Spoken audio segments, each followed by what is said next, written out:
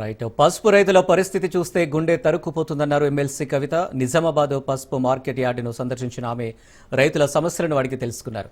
పసుపు బోర్డుకు చట్టబద్ధత లేదని, అందుకే పసుపు ధరలు పడిపోయే పరిస్థితి ఏర్పడిందన్నారు. వ్యాపారులంతా సిండికేట్గా మారి పసుపు ధర తగ్గిస్తున్నారని ఆరోపించారు కవిత.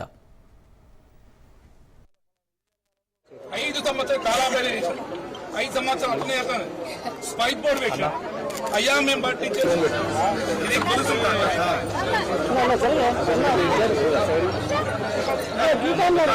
ప్రపోజనం ఉండే ఒక గజెట్ ఇచ్చి పసుపు బోర్డు ఇచ్చిరు తప్పితే దానికి చట్టబద్ధత లేదు.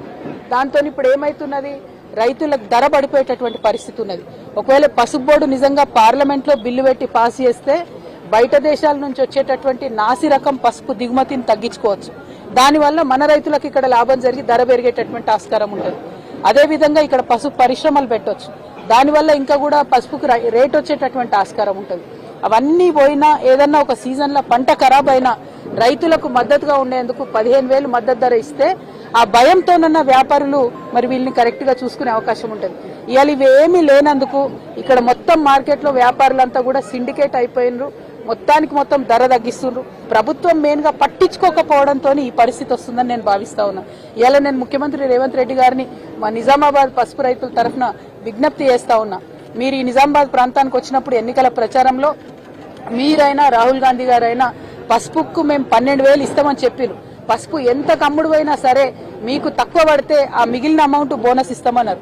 మరి ఇవాళ ఇక్కడ చాలా మంది మాట్లాడిరు.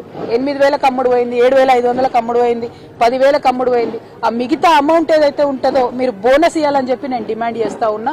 ఒకవేళ 9,000 పసుపు పోతే మీరు 3,000 రైతుకు బోనస్ కట్టిండి. ఎందుకంటే లెక్కలు ఉంటాయి, పేర్లు ఉంటాయి, ట్యాగ్ ఉంటుంది, బిల్లు ఉంటుంది.